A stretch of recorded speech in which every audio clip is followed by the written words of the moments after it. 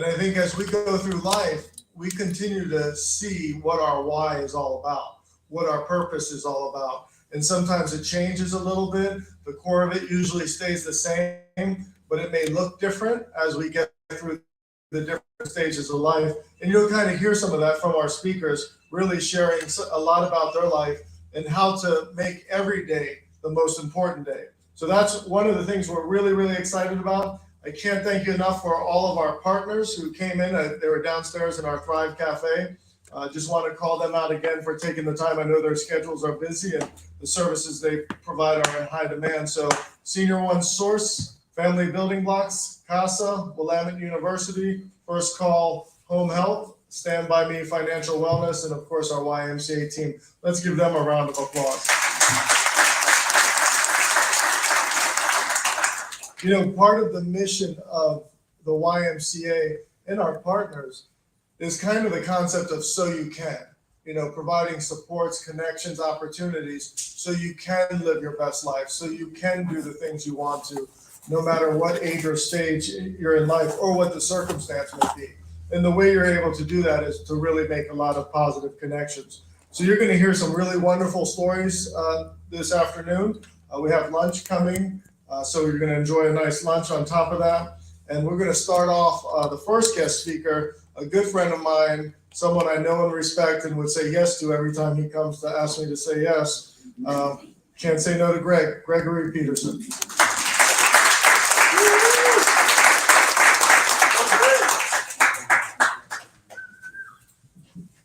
Hello. Hello. All right. It's an honor every time I'm asked to be present, to be involved, to be engaged.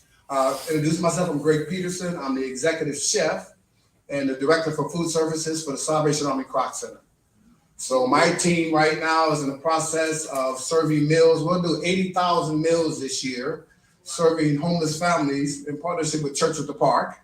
So we actually prepare meals at the tiny house camps 5 days a week.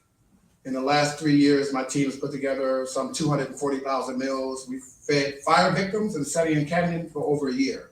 So anybody who was displaced from the families, we provided 2 meals every day for those camps. So it's just an honor that in my life today that I continue, I'm blessed to be able to serve communities.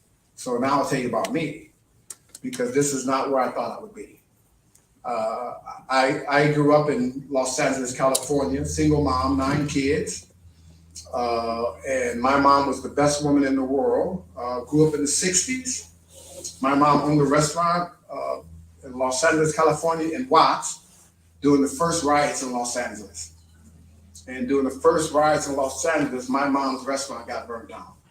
And that was her heart and her passion. My mom raised 9 kids between marriages, mostly as a single mom, instilling family values, the importance of family, being together, working together, sharing together. She gave us a work ethic that established us to be good parents, hard workers, a Christ-centered relationship with God, and just a structure that no matter what we went through, we could be successful. And that's the foundation, but it wasn't the reality growing up in Los Angeles, because in the area I grew up in, there were other obstacles that came across. There were the gangs and the drugs and the crime and all the things that could influence you a different way. And I'm one of 2. So when I say that, I'm a twin brother. And my twin brother went one direction, I went another direction. He went out to private school, and I got caught up in that influence. And it took me to a really difficult place as a young adult, fighting those challenges of the streets and stuff. And in the midst of that, I got in trouble and stuff. I had problems with alcohol and drugs and did that whole path. And I think from the time I was 13 and to the time I was 38, I struggled. My mom gave me a value, because no matter what I did, I had a work ethic. No matter what I did, she always told me do the best you can, no matter what you're doing. So even in the deepest of my addiction and my struggles, I always was able to maintain a job and was always able to work hard. And I always was able to excel to some point in my life. I found out later I was stagnant and I could have grew differently, but I grew exactly the way God wanted me to grow. So that's my place. I recognize that that's not my barrier, right? I came to Salem in 1991 at 38 years old, still addicted. Had a successful career in retail business. I was a district manager for a convenience store chain. Ran 6 convenience stores on the East Coast. But because of my addictions, I stayed at a certain level. And I got to Salem and I was just like, I was lost. And my addictions got the best of me. I still came here, was able to get a job in management, maintain a job and stuff. But alcoholism and everything took me a different direction. And I found myself in 1992 homeless and at the Union Gospel Mission. I was married at the time. I had a young daughter who was 5 or 6 years old at the time, and was separated from my family. And at that moment, it was the worst thing that could ever happen to me. In hindsight, it was the best thing that could ever happen to me. I found myself at the Union Gospel Mission, and they asked to accept a leap of faith to receive Jesus Christ as your Lord and Savior. And I looked back at my life at that moment, and I had no other choice, because all the destruction that happened in my life, I say, why not? Why not? And why not now? So I made that leap of faith, and I raised my hand, and I accepted Jesus Christ as my Lord and Savior. And from that moment, my whole trajectory of my life changed. My whole direction changed, because my heart began to change. And as much as I want to share my life changing, I'm going to share something else. But in that moment, I had an opportunity to do some different things. I got into recovery and stuff. I started to find a path. I was able to, in the midst of that, reconcile with my family. I eventually got my daughter back, and she was 6 years old. So here I'm 38 years old, my daughter's 6. And then I find myself as a single parent in Salem, Oregon, trying to raise a 6-year-old daughter. And God provided everything I needed at that moment to do that. I was able to get my daughter in a private Christian school, First Baptist Church. I was able to maintain a job, and I focused on my sobriety and my little girl. And that was my purpose. At that moment, because I was sober, I began this journey of living my best life. Because I realized at that moment, my job was to be a dad and to raise my little girl. And raise my little girl unlike everything I experienced in my own life, right? And I got an opportunity to raise her in a whole different realm through her desires of sports and music and all those areas that she wanted to excel to, is where I was.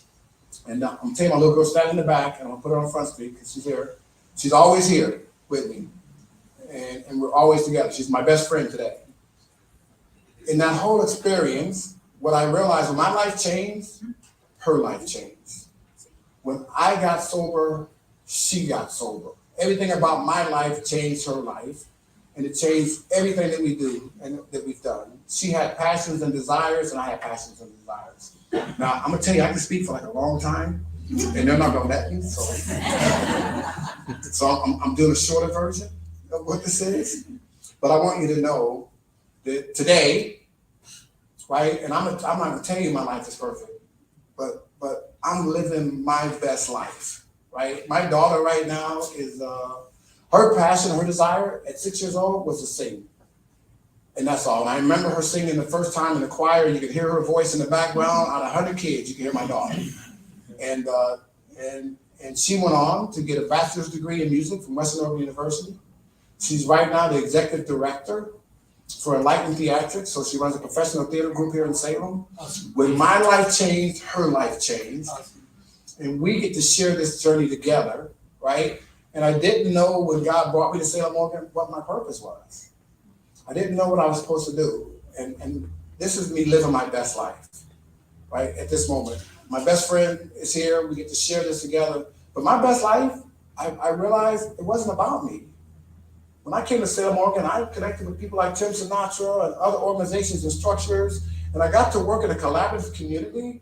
And I realized my life is about those lives we get to touch, that we get to influence, that we get to impact in a way that changes people's structure. I was able to change my life and through my story and my hardships. I was able to share that with other people and offer hope to people who probably didn't have hope. The feeding of the meals every single day to the homeless communities, comes from me experiencing that in my own life and knowing what the struggles are and knowing that I was able to change my life and to be able to speak into that in other people's lives is more than exciting for me. It's more than it's a privilege. It's like a blessing. Today, I get to spend my whole life, almost every single day, impacting other people's lives in a positive way, influencing other people's lives, right? And it draws me to this community. I get the opportunity every single day. I have the greatest job I've ever had. I didn't say, when I got sober, I built and developed my own restaurant. I ran my own restaurant for 22 years. I owned the Broadway Cafe and the Independence Grill. So for 22 years, coming out of homelessness, I was able to build a restaurant and run it successfully for 22 years. And it was a blessing to be able to have that honor to do that. I had 15 employees, and we got to invest in their lives. I got to watch people's lives change every single day, right? And that's the journey that I get to be on. Today, the business I run, I have one of my employees who works for me today, who's been with me 22 years. She's been in every establishment I worked in, and I met her in an AA meeting 22 years ago, and we've both been sober ever since then. And my life changed, her life changed, and it's the impact that we get to have today, that we get to influence people's lives, right? Every single day. When I get asked to come do this, it's an honor for me to come to a place and share my experience, my strength, and my hope, my passions and desires with others. And in hoping and doing that, how do we impact next generation? I'm on a whole journey. So my job today is like, I run a kitchen, but they don't expect me to cook or nothing. They expect me to do this. They expect me to be in the community, build capacity, and build relationships. I have a great team working for me over there and stuff like that. And I have to get paid today to engage communities, to engage leadership. We do a lot of a lot of work with youth in the community at the Croc Center. We get to impact young people's lives, and I get to, outside the community, do the same thing every single day. Is I get to impact young people's lives, and I'm gonna say this for us, is that most people in this room come from the same generation I came from. We were raised with a work ethic, with some values of family and some importance in our lives that is not prevalent today. And our kids suffer from that, and they don't have leaders to look up to. I was sharing with some ladies at the table, most of our kids nowadays are looking at a device in their hands. They don't even know the sun's shining today. They don't see the bird flying by. They don't hear the music, the sounds of every day. They're stuck in technology. My hope is, how do I take my experience, my wisdom, my knowledge, and share that with this generation? How do we impact that? Me living my best life is being able to do that freely and to share it and share that passion. I'm gonna share it even in difficult times. It's not in the absence of difficulties, it's in the midst of difficulties. How do we beat challenges? My favorite apostle is Paul. And when Paul's writing letters to Colossians and Philippi and Ephesians, Paul's sitting in prison. And he's writing these letters of love and compassion and care, and he's touching all these lives. In the midst of our own difficulties, how do we impact people's lives? How do we take that time or make that effort to reach out? Because we have value. Every last one of us has a history of value, shared experiences, and community and upbringing that today's culture don't even know about. How do we get to share that? So I was asking the ladies at the table today, because I know today, right now, one of our middle schools is having a hard time with kids having after school programs and reading. How can we take an hour a day to go to one of our elementary schools and sit back and read with kids and share some of our life's experiences and stuff? It's gonna probably impact their lives forever, right? So I get the opportunity in my best life. I'm not gonna say I don't have a care in the world, I have tons of them, but I'm not worried at all about what God has me doing. I'm in the best place I can be, and I'm gonna do everything I can to impact as many young people's lives as I possibly can. And it's been a blessing. I want to say thank you. Thank you.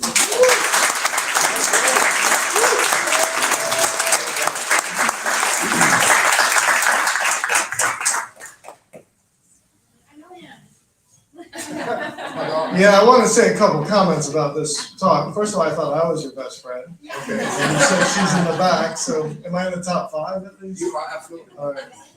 And you can see, and this is how he operates. He'll come into my office, no schedule, no appointment, which is fine, and says, say yes, and I say yes, and then he tells me what I'm doing. That's how he operates. He said yes, you guys. So, hence why he's here, because he's so inspiring. But I love something he said that, when you hear the word my best life, you might think, well, it's without challenges. And when I think back, some of the best points of life were the greatest challenges I had, because of the growth rate after that challenge was unbelievable, and the beauty of it.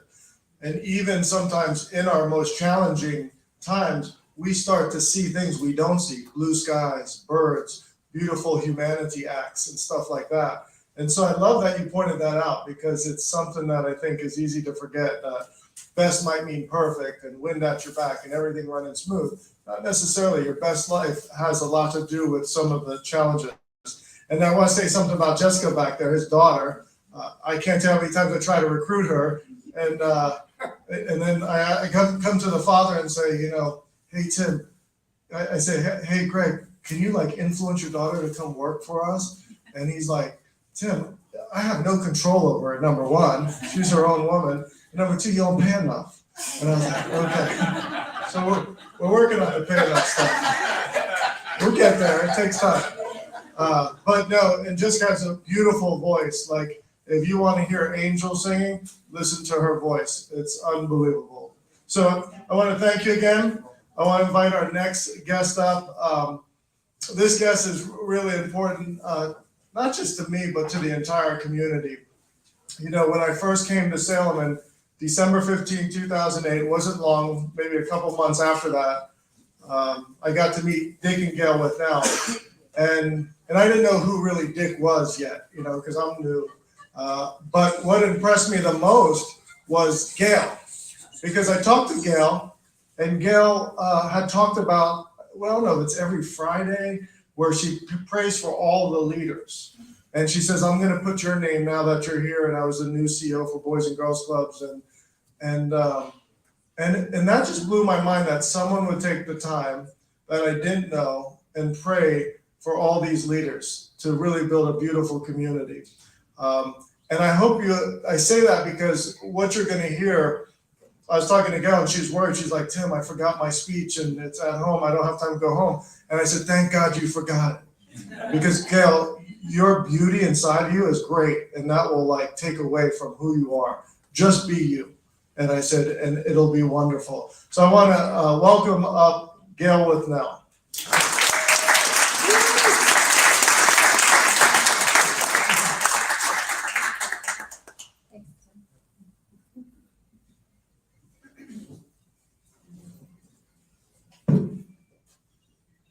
Well, hello to all of you. Hi, John.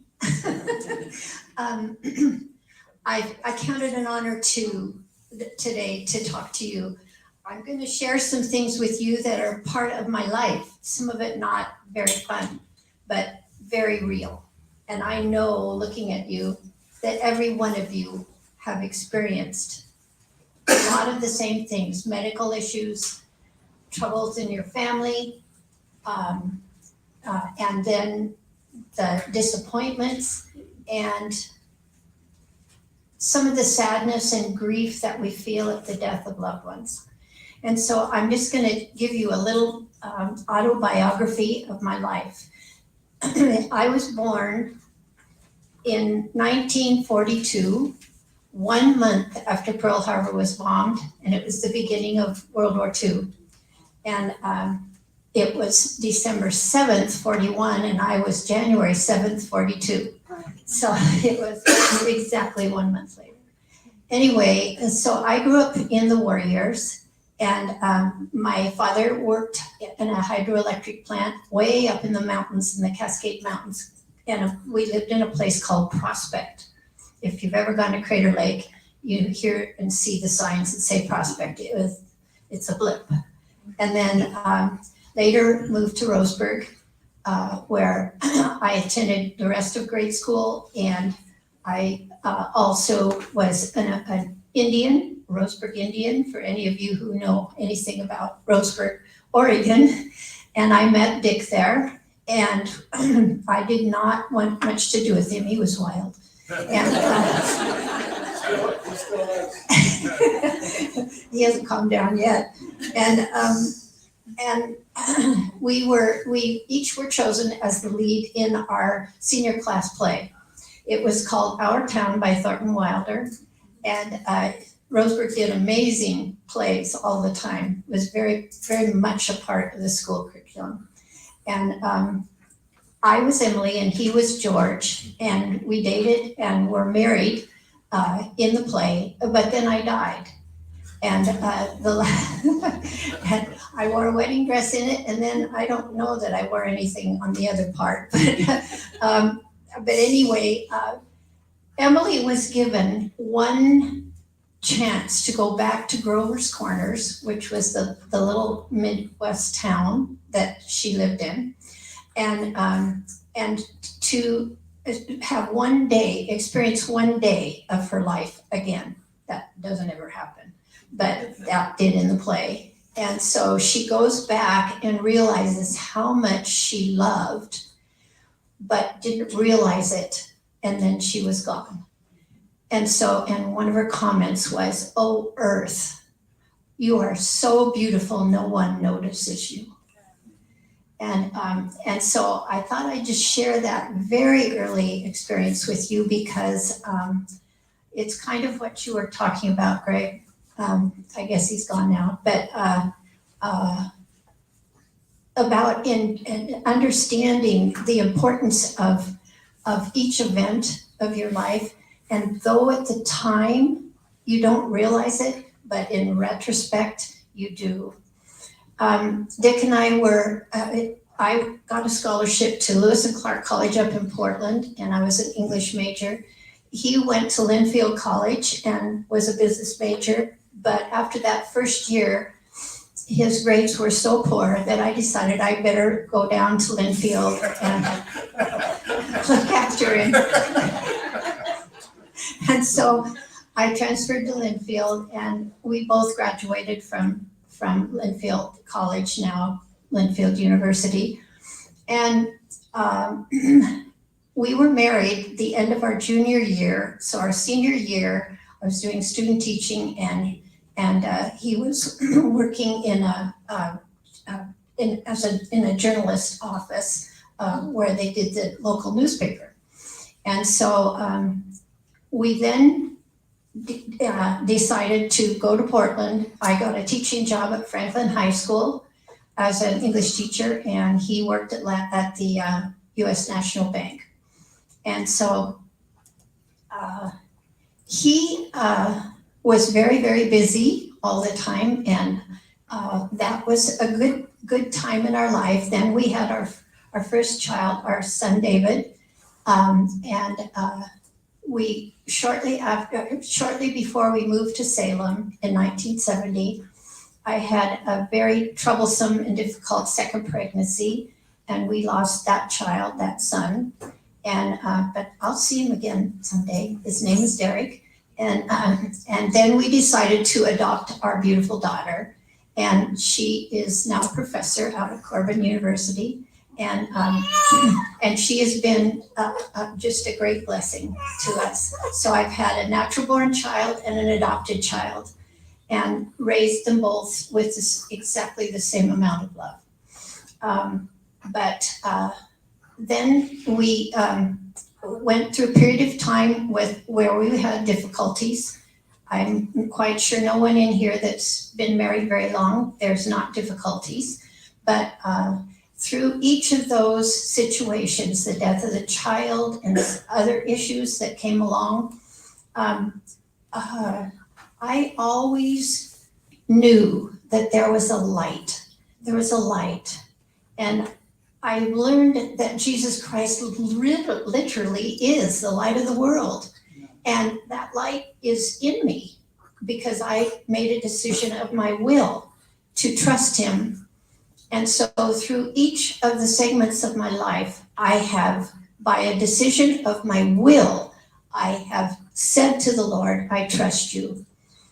Then in 2020, when the COVID just began, I was told that I had a very severe, serious uterine endometrial cancer.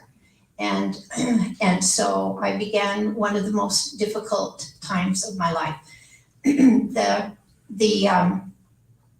The trips to the chemo I had to do alone, which was just already so difficult, but I couldn't take a buddy. I couldn't take Dick or my daughter or my son or any friends. We had to have masks on all the time.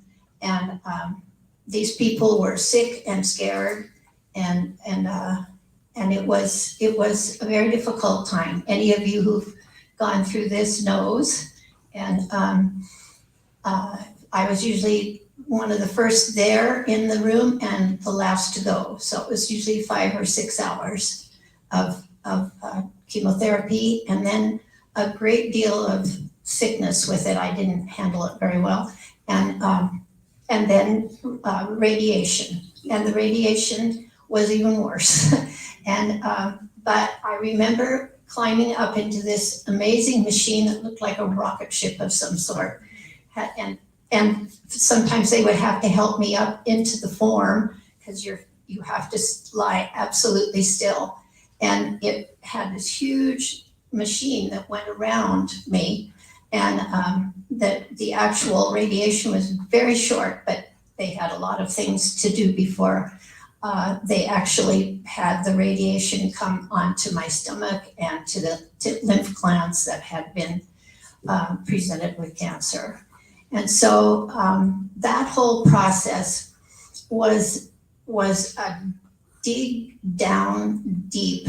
If I was going to survive, it had to be up to the Lord. I would say, Lord, I'm okay either way, but I'm leaning on you. If you want me to live, I'll live. And so, sorry, that's hard to tell. But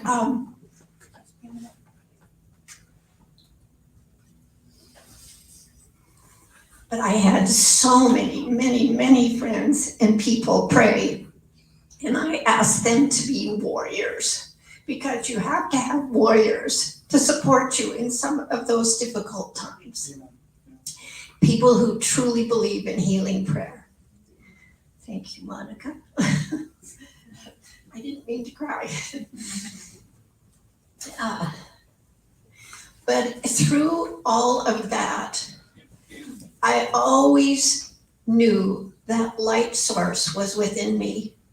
And I know that I wouldn't have survived without it. But here I am, and we're still living on this earth. We are on terra firma. And there's still so much beauty and wonder, so much about our lives and even living here that's beautiful. I know there's not a lot to be happy about in our country or in the world right now. And so I would suggest to you that you take your eyes off your phones and television and look up and see the God who loves you beyond anything you could ever imagine, and that he has grace and mercy for you and will be with you in those difficult times, as no friend or no one else can be. It's a deep down assurance. So I'm asking you to think about considering choosing by an act of your will to trust God and to know that you are safe in his hands no matter what. And I'm not saying that we won't have danger, we won't have difficulty, because we all know that's the way it is. When I lost my mother, my brother, and my father, each death was devastating, and I had to start over. So you've all had loved ones you've lost. I know you have, and some incredibly close to you and very valuable to you, but we're still here on terra firma. And so search for the light, ask hard questions, seek out the truth, and cling to the light, because there is no other way. Thank you.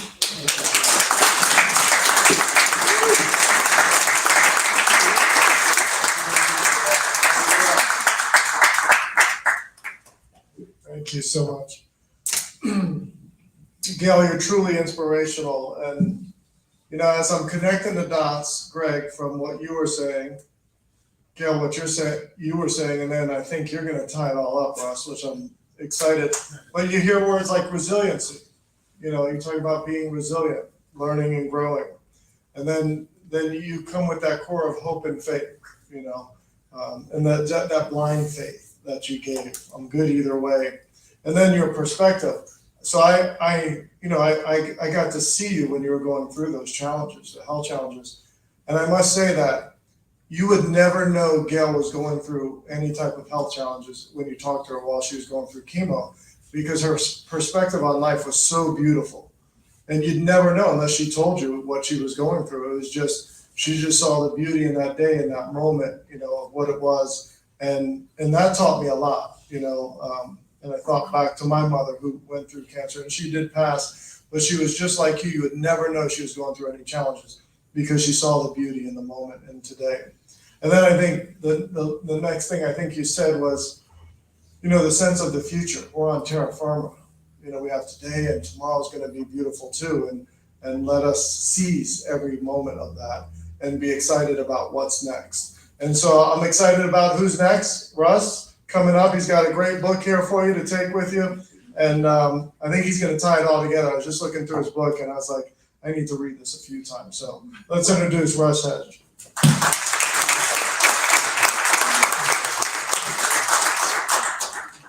Well, thank you so much, everybody. I feel like it's time to give an altar call after Gail, so we're just going to do that. I was listening to Gail going, preach it, amen, that's it. That is awesome. Oh my goodness. Well, I am so blessed to be here today and to have Gail and my friend Greg here before me, and Greg's daughter Jessica and Kyla, my daughter, who's a worship pastor over at Family Life, played volleyball together back in high school, back in the good old days. And so it's great to see familiar faces around here. And I'm just blessed. I'm a mover, by the way, so I'll be moving this whole time. You just have to keep your eye on me. But we're going to talk about, well, I am going to wrap this up today, and we're going to talk about living your best life now, the life you choose. Because, you know, you do get to choose. And that's something that I just want to emphasize today, that every day you have a choice. So I'm going to introduce myself like I do at a lot of meetings. My name is Russ Hedge, and I am a marketing coach, a keynote speaker, and author, and I am your inspiration specialist. I'm here to inspire and encourage you to live your best life now. So I'm going to say that again, and this time you're going to help me. You ready? When I get to the end, you're going to all shout, your best life now. Are you ready? Okay, I can see it. I can see it in your faces. Okay, my name is Russ Hedge, and I am your inspiration specialist. I'm here to inspire and encourage you to live your best life now. There you go. Come on, that was good. Oh my goodness, that was really good. Well, you know, I just love to smile, and I just love to have fun. Do you guys like to have fun? Yeah. You know, besides being all those things I mentioned, the number one thing that I am is the most important is I'm a Christ follower. I have been a pastor for years, worship pastor, and that has been amazing. I'm also a husband of a beautiful wife of over 35 years and the father of two amazing children. And much like Jessica, who's got an amazing voice, my daughter also, being a worship pastor, she is amazing. My son is a professional musician. Super proud of them. He's double Grammy nominated and Dove nominated, so I have to brag a little bit.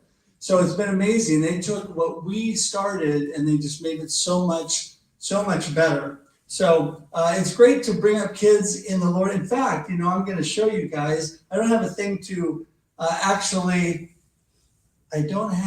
broadcast this, but there is my beautiful family.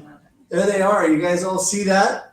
So I have a son, Connor, daughter, Kyla, and my son is married, Gabby, my daughter-in-law. They're amazing. And I know you can barely see that, but, you know, gotta brag, gotta get that out there. So I love to smile and laugh. So today we're going to do something. Have you ever done laughter therapy? Okay, well, you're going to today. So everybody stand up. Here we go. First thing we got to do is I got to check those smiles. So everybody stand up and smile at me. Those are some amazing smiles. Oh, look at that. Scott's even smiling. Okay. This is my good friend D. Scott Smith. Let's give it up for Scott. Woo! He's a video guy today, so what a good friend he is. So, okay, here's what we're gonna do. You ready? So first, we're gonna take a nice big breath in through your nose and just let it out through your mouth. Ready? Well, first of all, I feel better already. Okay, so now this time we're gonna do it. Take a deep breath in, and then we're gonna go. Okay, here we go. Okay, it's getting better. All right, this time we're gonna take a deep breath in. We're gonna hold it for 5 seconds. You can do it. And then we're gonna laugh hysterically for 10 seconds. Now, if you're having problems with that, just look at your neighbor. That'll help a little bit. Okay, here we go. Ready? 1, 2, 3, 4.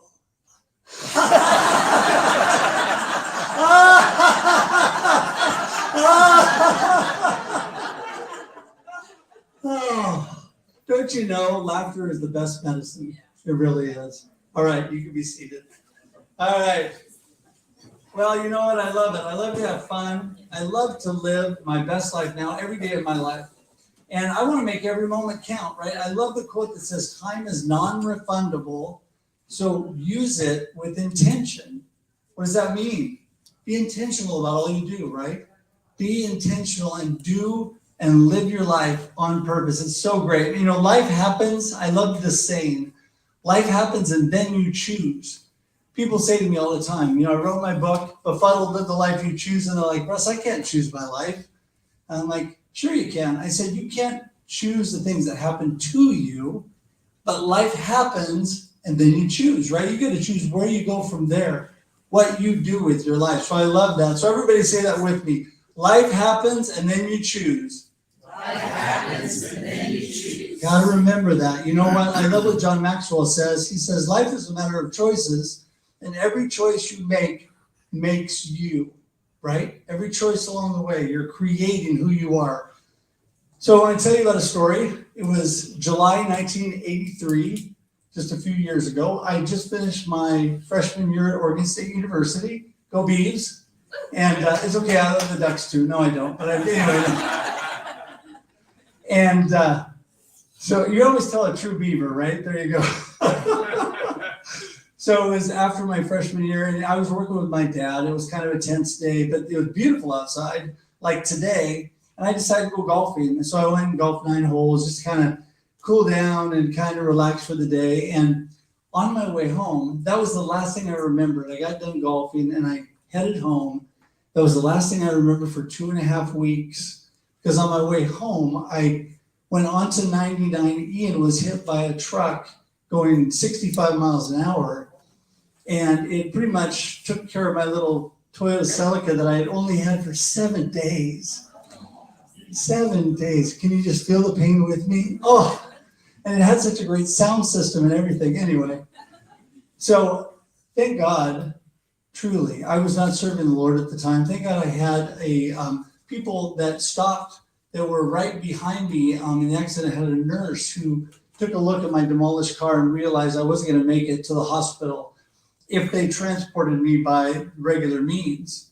So she called Lifelight, and they ended up landing in the middle of 99E, stopping all traffic and flying me to Emmanuel Hospital, where the trauma team took care of me. Broken jaw, broken collarbones, broken ribs, brain trauma. I had swollen brain, and that's why I lost my memory.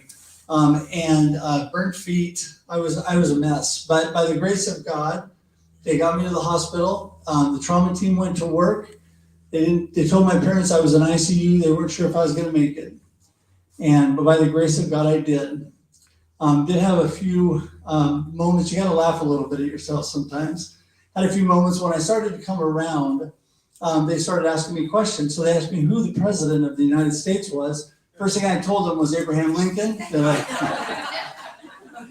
and the second choice I had was Christopher Reeve. I must have just watched Superman or something. I don't know, but yeah, they. So had a lot of fun. There's some other funny stories, but the truth is that through that whole process, I was able to just realize every moment counts, and you need to live your best life now, right? Because we don't know, we're not guaranteed tomorrow. We're guaranteed today, but not tomorrow. So, I think that is so important every time in our lives to think about that. I learned so many things, learning that number one, perspective is so important in life, right? Perspective, because we may be having lots of challenges. We may be having really big difficulties in life, or life may be awesome. But whatever's going on, a perspective on life is so important to keep that positive mindset, that positive perspective in all that we're doing. Realize God is in control and everything's going to be okay no matter what we're going through. And it was a rough time. It took me a while to get back. In fact, I came out, this is July 9th, and I told the doctors, well, I'm going back to Oregon State in the fall. And they laughed in my face and they go, absolutely not. And I go, no, I'm going back. And I was very persistent because I wanted to live my life. I wanted to move forward. And they said, you're leaving the hospital. You're just learning to walk, talk, and move again. You're not going to make it back to Oregon State. I said, oh, I'm going to. So I did rehab and I did all the things I could do. I was determined. I was thankful that I was given a second chance at life. And so I was determined to get back there. Well, they ran me through a battery of tests and they finally said, you know what? You could go. So fall of that year, I was back at Oregon State playing basketball at Dixon. We were just talking about that. And the first time I got there, I'd had double vision. And so when I exercised, it came back. And the first time somebody threw me the ball, 3 balls were coming at me. And I was trying to figure out which one to take. Grab the one in the middle. Okay, that was a good choice. So, so it was interesting getting through all that. But I learned that I had to live my life with purpose. And I had to keep moving forward. So today my question to you is, what is your perspective? How are you looking at life and what you're going through right now? I love what Chuck Swindoll says. He says, I'm convinced that life is 10% of what happens to me and 90% of how I react to it. Love that quote because it's so true. Life is very little about what's actually happening, but it's how we're reacting, what our actual perspective and attitude is on life.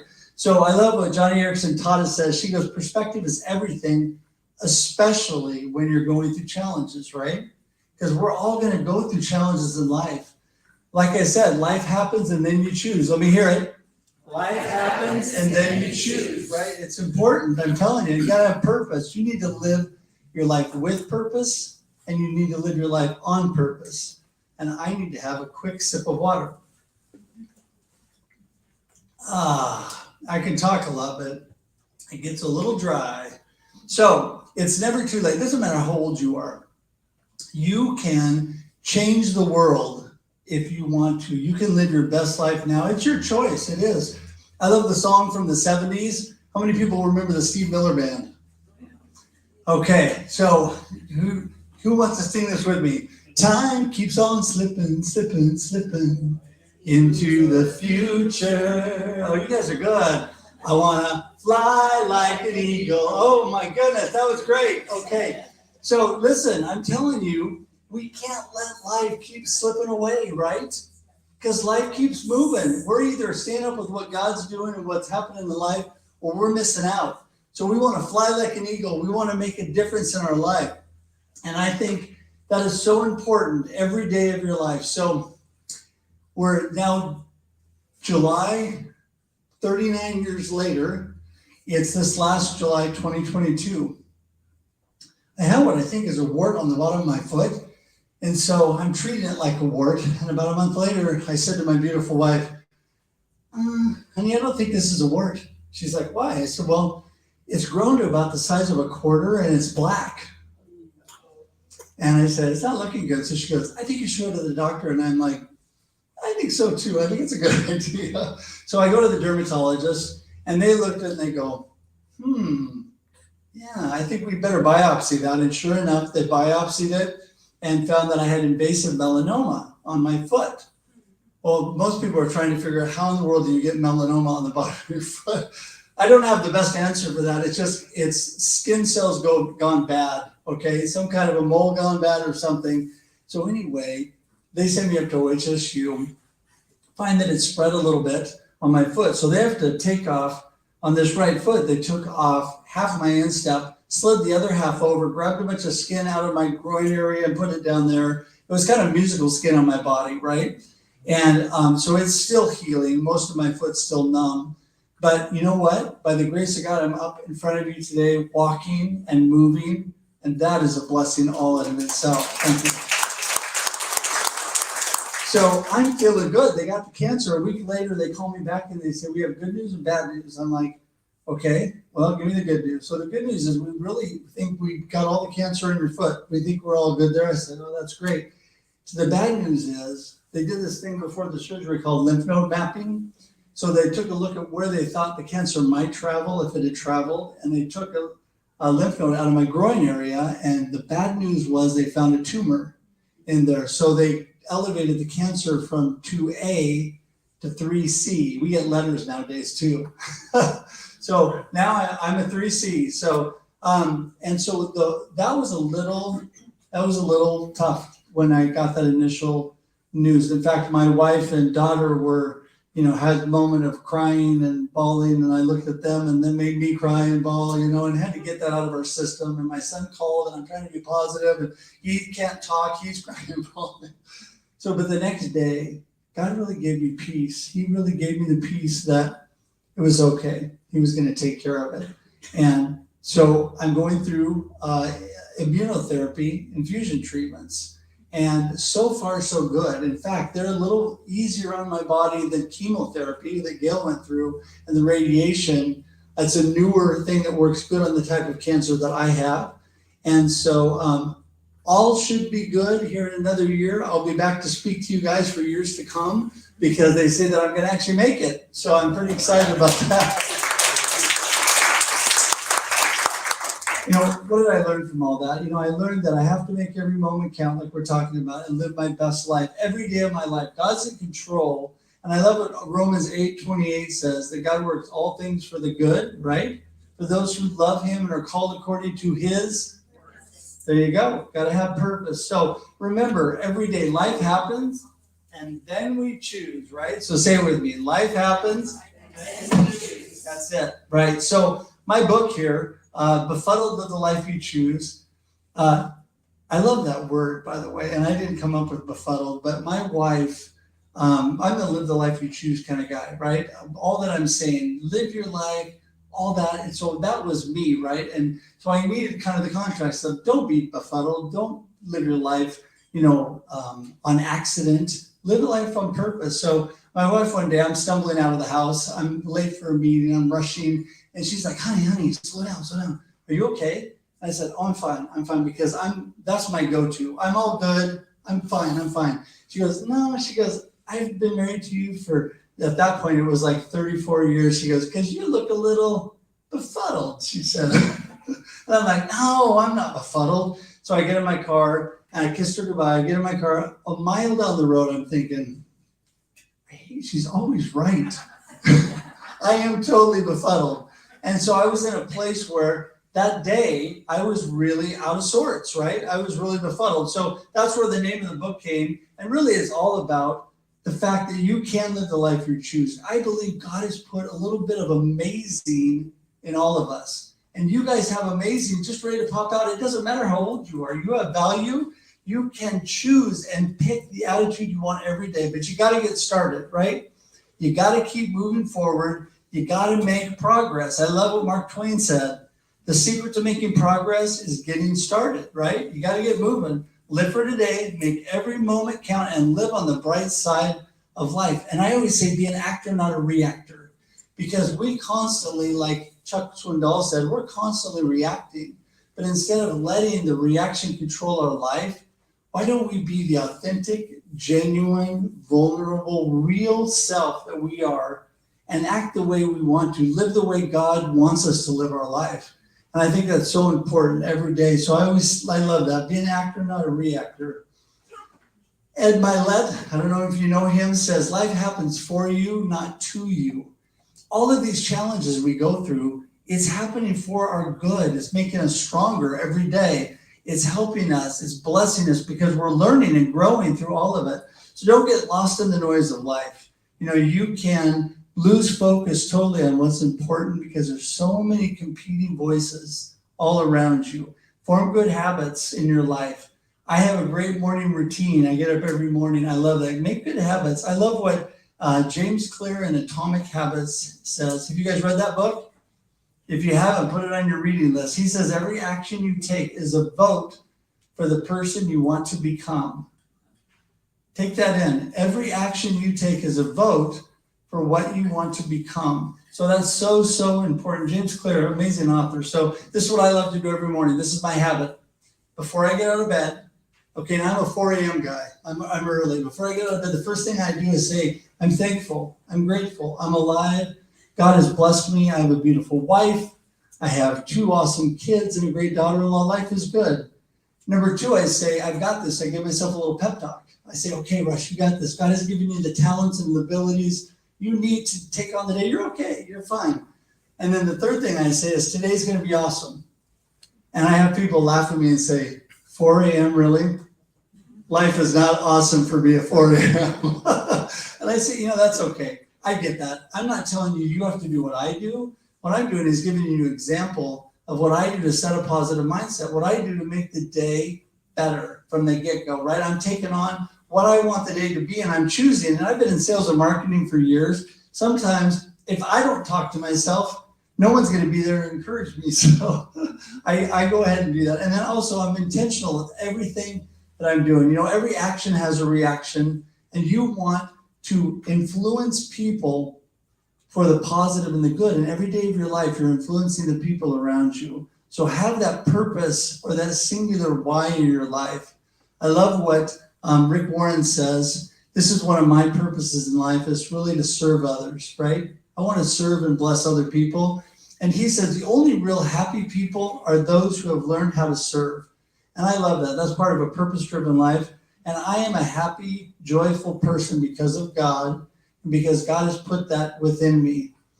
Keep that positive mindset. If you haven't read the book, Winning the War in Your Mind by Craig Rochelle, the subtitle of that, he says, change your thinking, change your life. Think about what you think about. Think about what you think about, because what you think about is creating your life. Change your thinking, change your life. Keep a positive mindset. You can do it. You can live your best life now. You get to choose that. It's completely up to you. And I appreciate the blessing of being here today. Thank you so much for having me. Thank you. God bless everybody.